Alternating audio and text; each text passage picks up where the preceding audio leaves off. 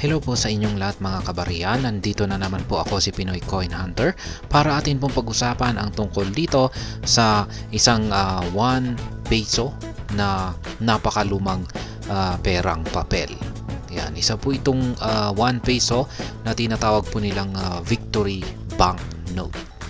Ayan, nakikita po natin dito ang kanyang harapan or ang kanyang overside. Ayan, parang ang kanyang itsura para sa akin ay parang kahawig niya yung $1 na banknote ng bansang US. Kaya yan, nakikita natin dito ay ang nakaguhit po rito na larawan ay siya po ay si Mabini. Ayan, Mabini, nakasulat po rito Victory Series number 66. Bagya po siyang nakaharap dito sa ating bandang kanan. At yan, dito naman, ayan, sa mga sulok niya, sa dalawang sulok na ito, at ayan, maapat na sulok po pala, ay nakikita natin dito yung kanyang face value.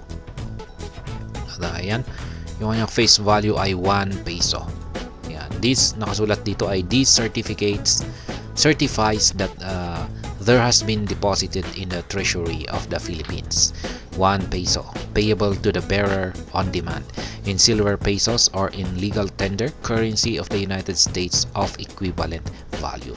Ayan, noon ay napakataas or malaki yung halaga nito noon. Ayan, pero kung ngayon yung 1 peso na ito ay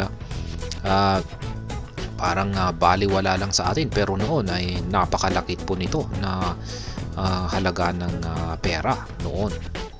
Yan, ito po yung kanilang ginagamit na selyo noon, Commonwealth of the Philippines, United States of America. Yan, ito naman po yung kanyang serial code. Yan, dalawa. Yan, Victory Series po ulit, number 66 dito, at saka merong dalawang pirma dito.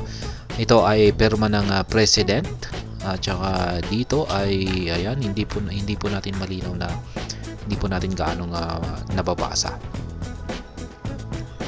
Ayan, parang $1. Ngayon na ito naman po yung kanyang likod or yung kanyang reverse side. Ayan, medyo ibang-iba yung kanyang disenyo rito. Kulay gold. Ayan, Central Bank Victory of the Philippines. Ayan po, 1 Philippine peso. Ayan, mga nakasulat dito, 1 peso, 1 peso. Ayan, at saka sa apat na sulok nito ulit ay ayan, 1 peso. At ayan po ang siyang nagpapahayag na ito ay isang 1 peso na banknote.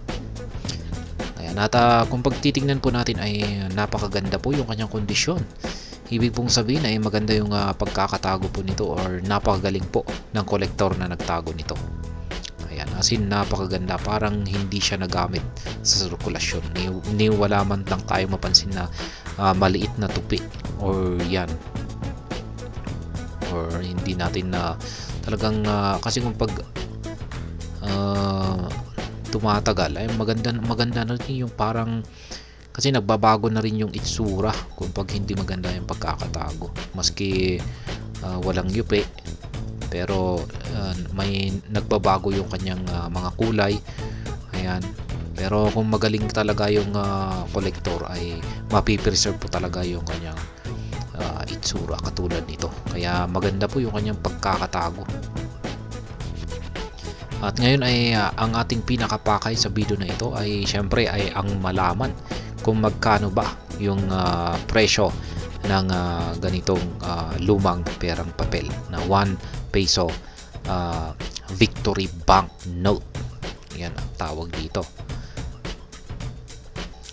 At ayan, kanya po itong binibenta sa halagang 550 pesos. Ayan, crispy condition. Ayan, malutong na malutong, at saka uncirculated or almost uncirculated daw po ito ayon kay online seller dito. At ayan ang kanyang 1 peso Victory Banknote, blue seal. Yan, blue seal ito, crispy, ay kanya itong binebenta sa halagang 550 pesos.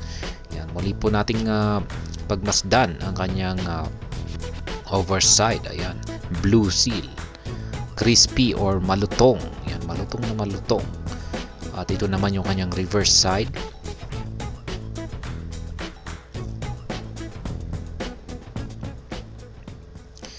At hanggang dito na lamang po tayo sa video na ito mga kabarya. Sana po ay inyong nagustuhan ang aking paliwanag sa video na ito.